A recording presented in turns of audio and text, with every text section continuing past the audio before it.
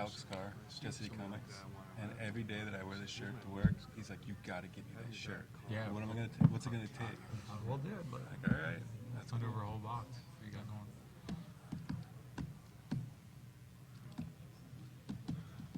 You been here all day, Nick? I got here about 3 o'clock. Yeah, I had a channel book. Have you been here all day? No, about 2:30 after lunch. Just walked it. All right, why don't we get started, everybody? Can you hear me okay? Check, check. Yeah? Great. So first and foremost, Friday afternoon, 5:40. I really appreciate taking the time to come out here. It's been a full day at Comic-Con, I'm sure, for y'all. And so thank you for participating in the audience.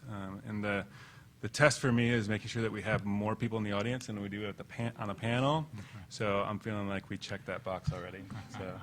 So and thank you to you, and thank you to my panelists. Like, this is a very big deal for them to take time out of their day. We've got a rock star panel today, so I'm really, really excited about that. If you were expecting Philip Patrick in my seat, he is my manager. He is the publisher of Kindle Worlds. He had a conflict at the last minute, so I am the general manager of Kindle Worlds. My name is Nick Leffler. That being said, if you're from the press, if I say something really stupid, then his last name is spelled Patrick. Okay, so getting started. We've got about an hour. Like I said, my name's Nick Leffler. I'm the general manager for Kindle Worlds. Just to start off, how many of you do not know what Kindle Worlds is? Great. I got a couple in the back, so I'll do an introduction to Kindle Worlds. But first and foremost, I wanted to introduce my esteemed panelists here. So immediately to my left is Warren Simons. Warren is the executive editor at Valiant Comics. He's been the executive editor at Valiant for the past 3 years and previously spent time at Marvel Comics in the editorial group. Valiant Comics, if you're unaware or unfamiliar, is a leading American comic book publisher with a library of over 1,500 characters, many of which are included in the Kindle Worlds platform and program, including Exo Manowar, Bloodshot, Shadow Man, Eternal Warrior, and the crossover universe Unity. And next to Warren is Blake Crouch. Blake is the best-selling author of over a dozen suspense novels. His Wayward Pine series, which is also in Kindle Worlds, begins with the first novel, Pines, is being produced as a TV minishow by M. Night Shyamalan and stars Matt Dillon, Melissa Leo, and others, and that's scheduled to come out towards the end of this year. His third novel in the series, The Last Town, will come out this July.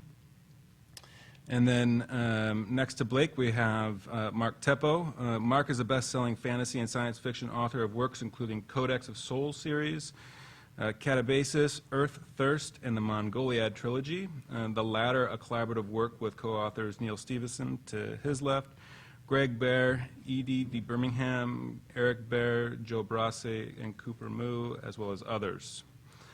Mark is also the creative director of the Foreworld and chief creative officer of Subutai Corporation, whose first creative offering was the Mongoliad. And last but absolutely not least is Neil Stephenson. Neil, among other really amazing endeavors, he's the best-selling author of 3-volume historical epic, The Baroque Cycle, which includes Quicksilver, The Confusion, and The System of the World, as well as Ream D, The Diamond Age, Snow Crash, and many others. Neil is a contributing author to the Foreworld Saga, historical fantasy series, which is also included in Kindle Worlds. So please put your hands together and thank my panelists for being here today. So one of the things that kind of ties us all together here today is the fact that each of these authors and Valiant were on the launch of Kindle Worlds back in mid of 2013. So they took a leap with me. They took a leap with the platform. They took a leap with the industry, and it's been an amazing experience to collaborate with each of these individuals in Kindle Worlds. So if you're unfamiliar with Kindle Worlds, it's basically the very high level, in layman's terms, it's a commercialized fan fiction platform. And so what that basically means, there's 4 primary components. The business team goes out and licenses properties from these individuals and others. We have about 20 properties that we've licensed to date. We go launch those properties on the platform, and then authors come in and submit stories for publication on the Kindle in the U.S. So right now we are a digital-only platform, so you can only buy the works in digital on the Kindle. It's exclusive to Amazon. It's exclusive to the Kindle. We have 20 worlds that we've launched to date. We've published over 450 stories to date. Our average rating for our books is 4.0 stars, so people are really responding well. And we have almost 1,000 reviews on our works. So, when I launched this back in June 2013, it was a brand new world, right? This commercialized fan fiction had never been done before, and to my knowledge at least. And there is obviously an industry full of fan fiction for free. And so my task and my job was to try to figure out, once we launched this, what kind of content we are going to see submitted. And typically and historically, fan fiction has been non-edited content, short-length works, and for free. And so I've been very, very pleasantly surprised and excited about a lot of the content that we've gotten over the past 8 to 10 months. So that's Kindle Worlds in a nutshell. We're going to take questions about 25 or 30 minutes into this, so please bring your questions up to the panelists. And when you do, if you don't mind going over to the microphone over to your right, so we can get caught, so they can get caught on the camera. Okay. So, just to get started, I would love to throw a few questions at you guys, and we can take it from there. But for the most part, everything goes, right. So, you want to ask me questions? By all means, let me know. Everything can be put on the table at this point. So my first question is for Mark. I get the first question. I see how it goes. Yeah. So there was a lot of press around the legitimization of fan fiction with widely varying opinions from authors, writers, creators, media, and fans. And legitimization in this context means commercialization of the fan fiction. So, you jumped off the ledge with us, and it's a really, really crazy time when you and I first started talking about doing something like this. So what I'm interested in, and I'd like your perspective and any other panelists, is what kind of risks did you assess from a rights holder perspective, and did you have to deal with before moving into Kindle Worlds? Well, we had realized when we initially started the idea for the Mongolia and the Foreworld is that we were doing it as a platform that we were doing ourselves. And one of the things that we thought about and we wrapped our heads around is that anytime you put something online, if you're trying to monetize it, you have to sort of address how people are going to pirate it. I mean, you don't want to, but you sort of need to be aware that if you have a paywall or however you do things and you're trying to make money off stuff you're putting online, you've got to wrap your head around how is that going to work. And the thing that worked that we did or that we thought about was that if we build it around a community and we build it around the idea that you read it in the community with other people and they're participating in it, then the idea of going to some hidden website somewhere to download the text and shove it on your reading device would be less attractive than just going and hanging out with everybody else and paying a modicum of money to do so. And if we made it hard enough and more much of a pain in the ass enough to get all of it somewhere else than just from us, then we kind of just solved that whole problem. Right. And part of that then was, okay, so how do you build a community? How do you embrace all of your readers in a way that builds the property bigger than just us giving content to them? And Neil was the one who said, well, fan fiction happens anyway. We might as well embrace it. And we might as well make that part of that community experience. And so that was, once we sort of had that realization, then it was like, okay, well, then that's part of the added bonus of reading and being a part of the project is the community grows and we embrace that and we're interested in that and we react and we respond and we what we build is completely, not dependent, but we completely comes off this interaction we have with the audience, almost as immediately as we possibly can. So. Right. Neil, from your perspective, did you, was it mainly around building the community of authors and embracing the level of fan fiction, or did you see other risks that you had to contemplate? I didn't see it as risky at all. As Mark has just explained, the whole kind of basis of our strategy with Mongolia was that, you can take a piece of you can take a PDF file and you can pirate it and put it up on a pirate site in Kazakhstan, but you can't do that with a relationship or an identity. And so to the extent that all we're doing is purveying PDF files, then we're setting ourselves up to be taken advantage of that way.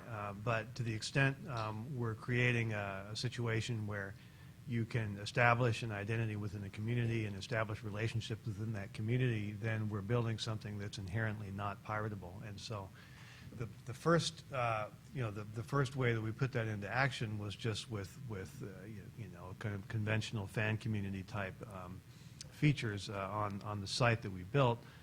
But very early in the process, we began to try to create niches for fan fictions to make contributions in. So from our point of view, when we first heard about Kindle Worlds, we just because of the peculiar history of this project, we didn't perceive it at all in terms of risk or, oh my God, what could possibly go wrong with this idea, because it was sort of exactly along the lines of what we'd been thinking for a couple of years, just sort of in a better positioned to work because of the fact that in the meantime, the Kindle and other electronic reading devices had come along and become ubiquitous and provided a distribution system for that kind of fiction that hadn't really existed, early on. Yeah, I think it's really interesting that when we contemplated the business model for Kindle Worlds, and it's been one of the more exciting things that I've ever done in my career, basically because we built it from the ground up. And it was a new right in the industry. It was a new form of collaboration that we kind of took to another level to a certain extent. But it was built around having IP owners, such as yourselves, collaborate on another level with fans, right? And that community approach, there'd been traction in the industry, but that community approach where, the IP owners aren't turning a blind eye to their communities anymore. And that's what we wanted to foster that within Kindle Worlds. And that's part of when I take a look at Kindle Worlds, we have 3 primary customers. You as the rights holders are our customers. The readers are our customers, obviously. And then authors are our customers as well. So fostering those communities of customers is at the core of what we're trying to achieve at this point. And the business model is built as such where there is a sandbox now for these properties, and authors, aspiring authors, or even readers or fans who want to become an author can now play within the sandbox and develop elements, unique elements that other people can actually pick up and run with.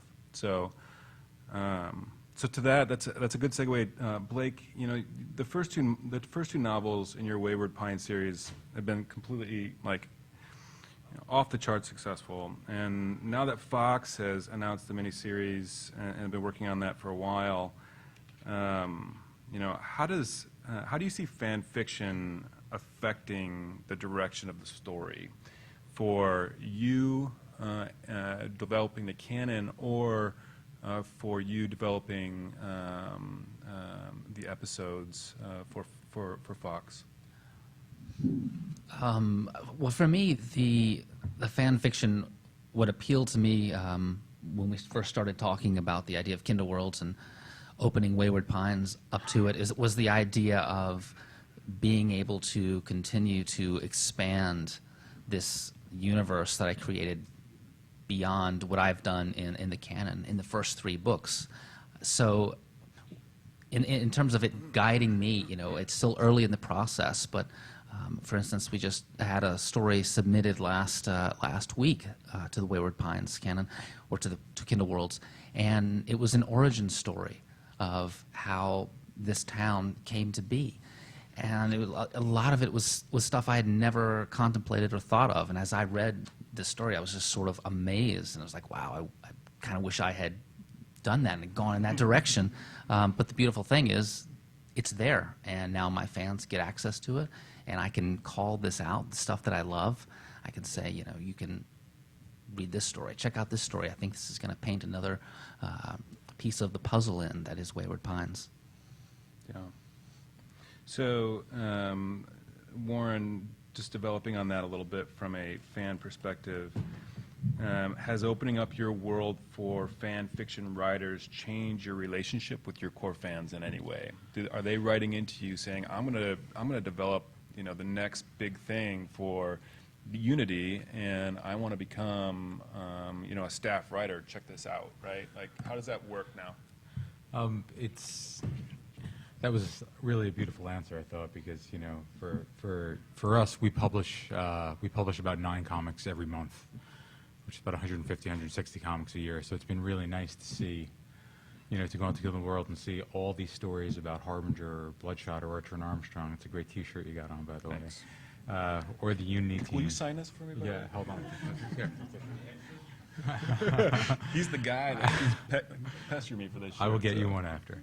But it's been really nice to see how the fans have embraced the Valiant universe. And, you know, once upon a time in the early 90s, Valiant was, I think, the 3rd largest comic book company in the world after DC and Marvel.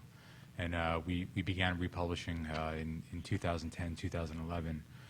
We have a Rolodex of characters that we feel are second to none, like Exo-Man War, Archer and Armstrong, Harbinger. So having the ability to get out there and to have other writers come in and play with the stuff and not necessarily have to go through the editorial process, but to kind of, you know, put stories out there by great authors like Rob Brody or Tom King. It was a lot of fun, and we've seen a lot of good positive response from it. Would you ever consider approaching any of those authors for additional work for hire type of arrangements, or what's your thoughts on that? I wouldn't rule anything out. Yeah. You know, I mean, right now I've got a stack of scripts on my desk, so that's my priority at the moment. Yeah. But we are, you know, we'd love to see what people are doing with the characters for certain. And if something took off, absolutely, I wouldn't rule anything out, certainly. Yeah. So one of the things that we are going to focus on going forward on our platform is developing a place for authors to come and riff on each other's stories and create story starter ideas, and, you know, really kind of harbor this community and keep them engaged with different angles and different ideas. That being said, until that is like fully developed and rolled out, and this is for anybody on the panel, how would you suggest authors engage with the canon prior to becoming a writer for in your world? Would you, for example, you know, for Bloodshot, right? You think that they should read the entire existing canon as well as do additional research? Could they read one edition and then go for it? Like, what are your... what are Yeah, your- I think one of the things that we've strived for at Valiant above all else is accessibility. You know, in comics there's continuity, so you have stories that are running for 1 year or 10 years or 30 years, and sometimes it gets bogged down a little bit in continuity, so it becomes a little bit inaccessible to new readers. So what we've always tried to do is strive for accessibility above all else. So I think if you pick up the first trade really of any of our books, which is usually comprised of 4 comic books, 4 or 5 22-page comic books, you should have enough information there to probably understand the basic rules of the world. Yeah. You know? And one of the things, too, that I'd love to see, and I think some of the licensors are already starting to develop, are world Bibles. So they can have that Bible sitting right next to them as they are developing their stories. Is this something that you guys have on your roadmaps as well? Yeah, for Free Comic Book Day, which I believe is May 1st, 2nd, 3rd, 4th, that weekend we have our first handbook coming out for the current Valiant universe, which we relaunched about 2 years ago. So the handbook will be out, which is basically just an overview of our characters, what their powers are, where they're from, the basic kind of handbooks that have been prevalent in Marvel and DC for years. So that'll definitely be, and that's free, so you guys can get that at any comic book shop on Free Comic Book Day. Awesome. Nice. So that's one way. Great. Any other thoughts from the panel on that? In the case of Foreworld, it's a little different because it's a world that spans the era from 400 BC until about the outbreak of the First World War. So we kind of have different historical epochs in which we concentrate activity, and so we're kind of rolling out new ones from time to time. It's probably overkill to expect a fan fiction contributor to kind of master all of that material.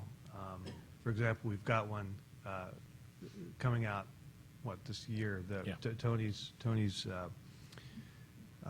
sort of pre-World War I jiu-jitsu suffragette steampunk martial art extravaganza. It's a graphic novel that is it's sort of about the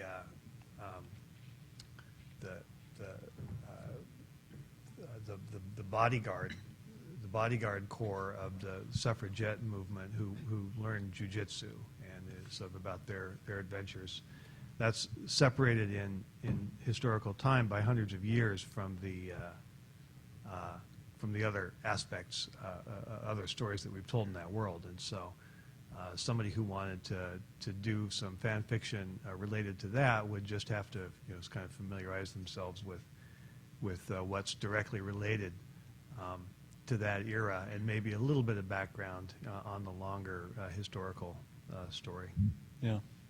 It's really interesting. The Foreworld Saga has such a very unique publishing history, and it was created as an open world collaboration, and between your writing team and the official canon has branched off into many different ways and with different writers. There's different expansions in different mediums as well, like video games and movies and comics, and there's a shameless plug for the Jet City panel tomorrow at 4 o'clock too, where I think, Neil, you're on that panel as well, right? Yep. So it's been really interesting to see all the different mediums.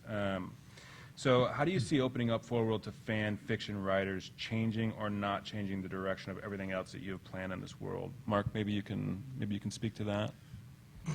Well, one thing I learned over the last couple of years working with a bunch of writers is that anytime you walk into a room with a plan, as far as the storyline goes, it will not survive 20 minutes of everybody else talking about it. And so the team likes to harass me about, well, when are you going to put together the Bible? When are you going to let us know all the things that you know about the world? And I tell them, I'm like, it's all there on the page, honestly. And they don't believe me, but I'm like, because anything else is going to change the moment we start talking about it. So there hasn't been any reason to write it all down. And so in that sense, I think it's daunting in the sense that there seems to be a lot of it, but it's also hugely open because we're interested to see what happens. Yeah. We've got some road marks. We've got 5 or 6 different eras, 6 eras, I think, mapped out, and a general idea of what the sort of shape of things are in each of those eras. And honestly, we're waiting for things to sort of happen to build the shape of it. Right, that makes sense. It was when we first put together the project, we went to do a wiki, because people like to have a wiki. Yeah. And we opened it up to the fans, and they jumped all over this because we had pre-populated it with, 24 or so entries Yeah. that we had written ourselves. I'm like, what the hell are you doing? This is our job. And I'm like, Yeah. Okay. And so we completely backed off and stayed away from that. And we haven't updated and brought that forward because I'm not entirely sure of the new community if they're going to have that same reaction of like, what the hell? That's our job. Yeah. And they want to figure out all the connections as they put it together, and from there you'll get that sense of oh, there's this hole here, oh, there's this thing, there's this thing here, and I think a lot of the excitement that the fans have comes when they find something that they can call their own, Yeah. right? And it's not, oh, here, go write a story about X. I don't want to write that story. I mean, Yeah. I want to know the origin Yeah. of the town, so I'm going to go write that. And you got to give them those opportunities to find those holes. And go play with those things, and yeah, I mean I think that's part of the real fun of what all this is. Yeah, yeah, just letting the fans take it in the directions they want to take it. So I'm going to break real fast and take questions from the audience. Do we have any questions at this point? Yeah, if you don't mind going over to the microphone, we'd love to.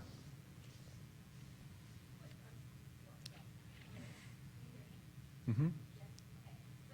2 questions. One for you, Nick, and the rest are for the authors.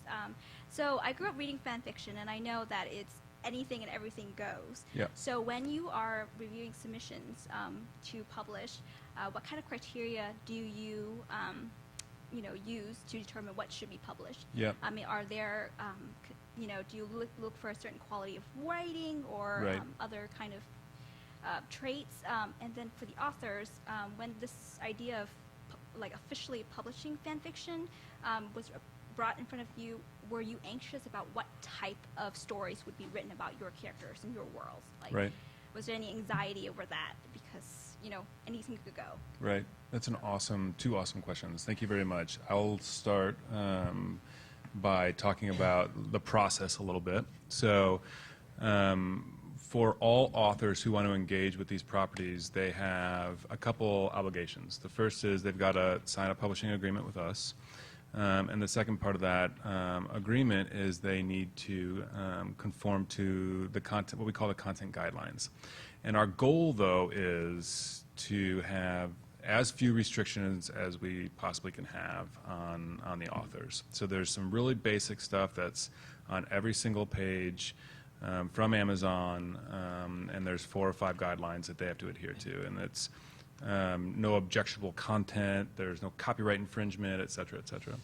And then we also give the world licensors the ability to come up with guidelines for the authors as well. And assuming that the author conforms to all of those guidelines, we are publishing that book. So we don't look for editorial quality, which is obviously subjective. We don't look for the plot and the theme and the storyline and the arc there and making sure that it fits. Like, we want this to be a self-publishing platform to a certain extent, to give those authors the absolute as much freedom as they can have. And then our perspective is this: we think that, and we've seen that authors are taking a lot of time and a lot of effort and a lot of care to develop great stories, and readers are really responding to that.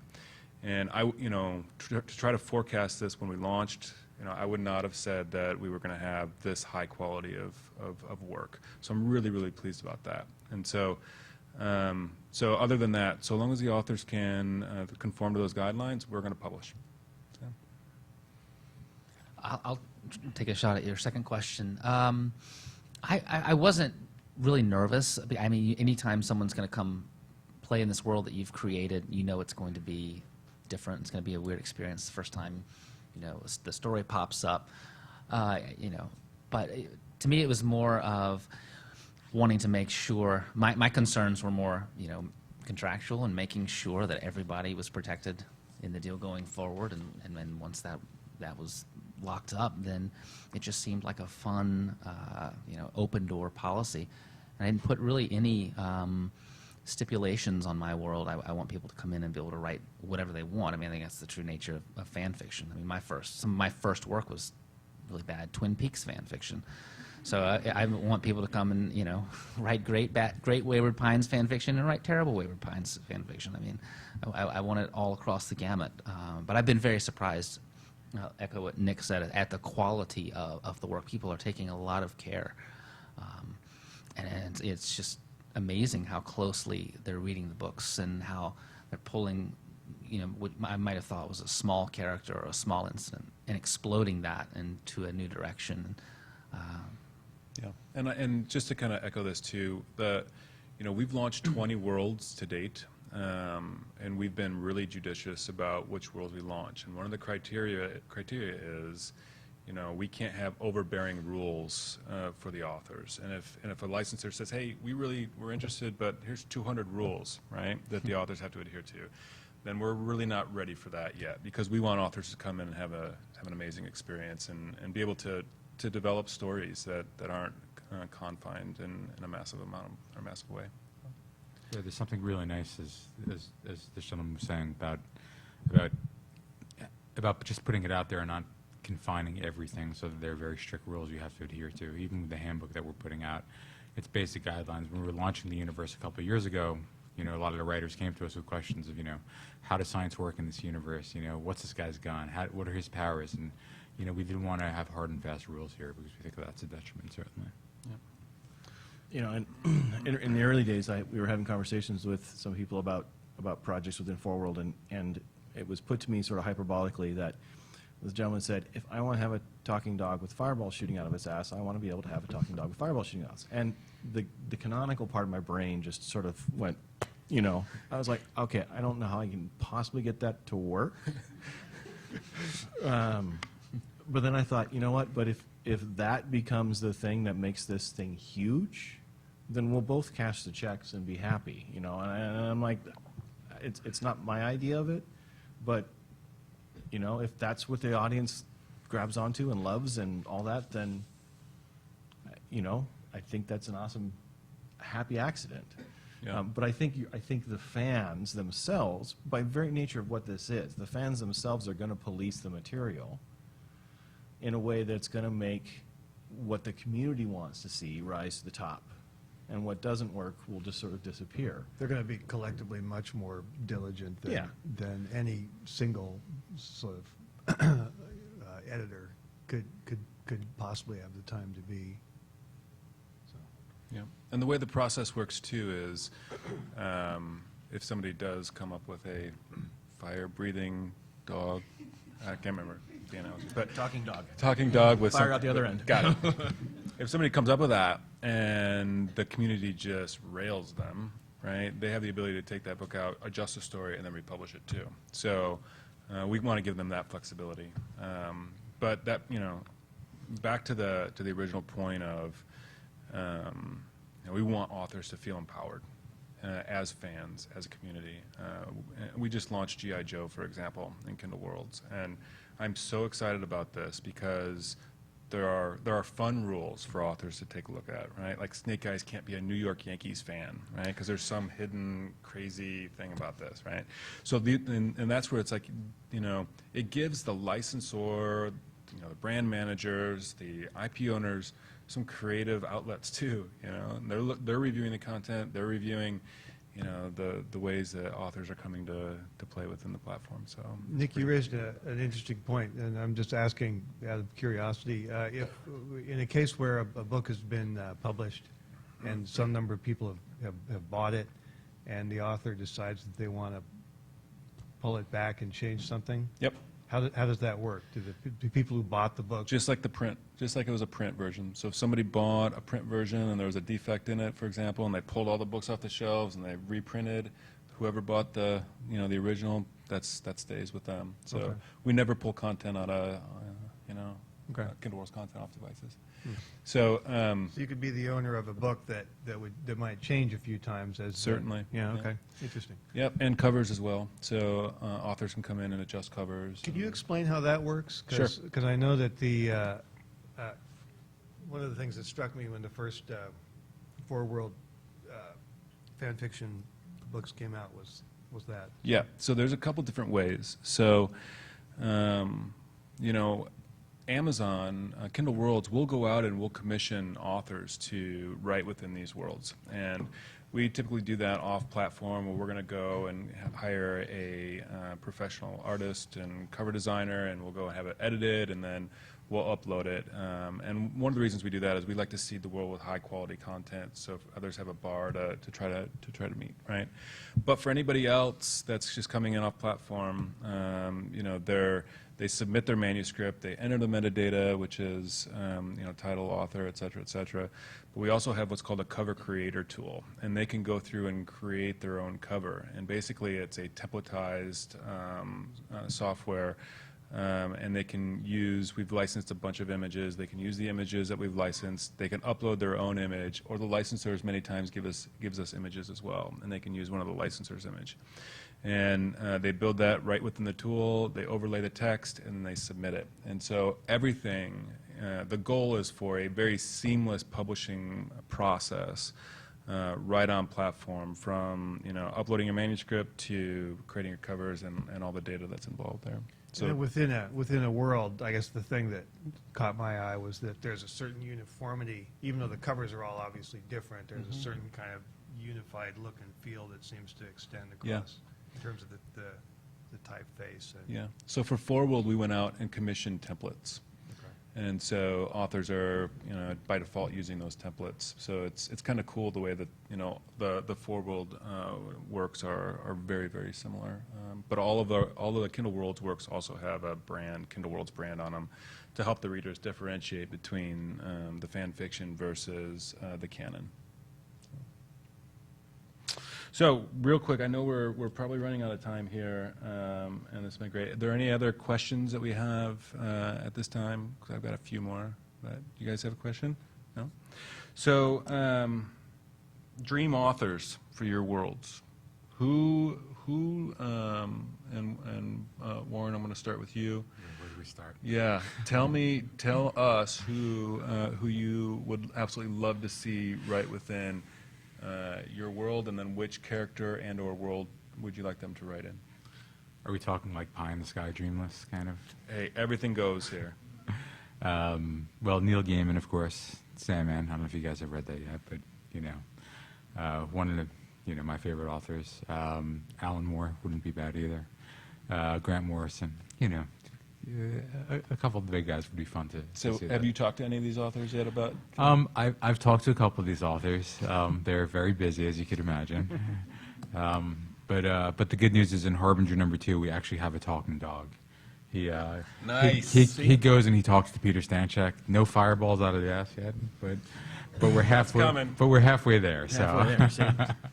But those are a couple certainly dream authors. Yeah. Awesome. And then to the authors, what worlds should we go license? What world would you just absolutely love to write within? Give me a target list of worlds that I should go get for you. Twin Peaks, so I can publish that old fan fiction. Twin Peaks. Got it. Mark, anything? I've got an old old Elric fan fiction from when I was in 8th grade. I could probably Whoa. recycle that. Nice.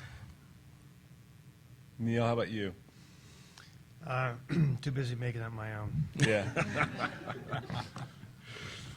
Great. So a couple more questions, and then if we don't have any other questions, we can break. But so, Blake, tell me where you would love to see an author take Pines. Like, where's a direction or a character or an element that you're just not going to go, and you would love to see an author go?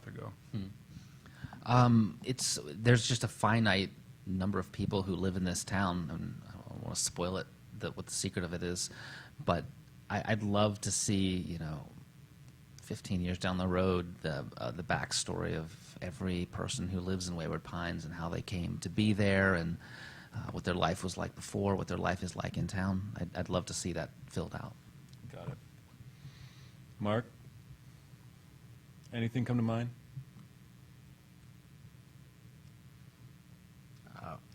It's only 2,000 years of history, so hold on a second. Let me narrow it down. I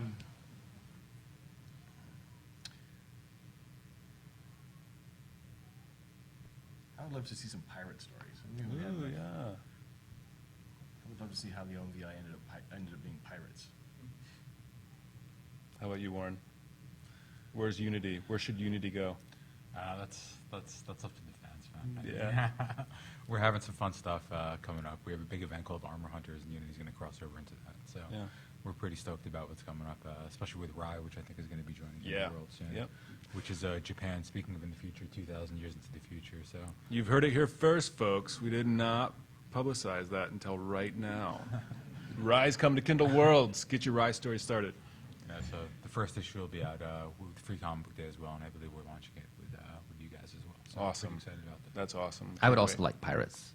I think every world should have pirates. So just Man, I edited a comic at Marvel called Iron Fist that issue 7 was all about a pirate. It's like one of the best comics I've ever edited. I'm going to get you guys a copy. It's just awesome. So, inside or outside Kindle Worlds, what's the next big thing for you, Blake? What's coming up? the launch of the TV show and figuring out my my next book. Yep. How about you, Mark? I'm in the process of starting a publishing company, so there's all sorts of wrangling manuscripts and distribution and book covers and all that fun stuff. I got a great R&D lab where awesome authors are coming in. for I you to hear that, check this yeah. out. Neil, how about you? What's the next big thing for you? Well, chronologically, I think it's Cimarronen, which is it's a graphic novel that Mark and I are working on. We're going to talk about it tomorrow, but it's adventures of a samurai, a Ronin in the New World in the 1630s, and it's a graphic novel series that we're quite excited about. So I think that's the next thing that's probably going to come out with my name on it in the fall. Very general. nicely put. Yes. Okay. Nice job. Okay. Well, that sounds fantastic. Are there any other questions from the audience?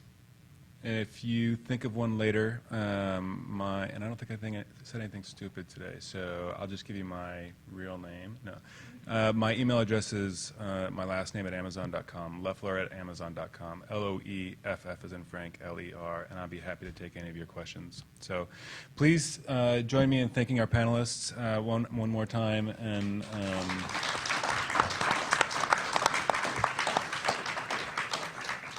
And guys, I really, really appreciate your time, and it's been a wonderful experience thus far. I look forward to the future in Kindle Worlds. Nice job. Thank you, buddy. It was great. Thanks. Thanks, everybody.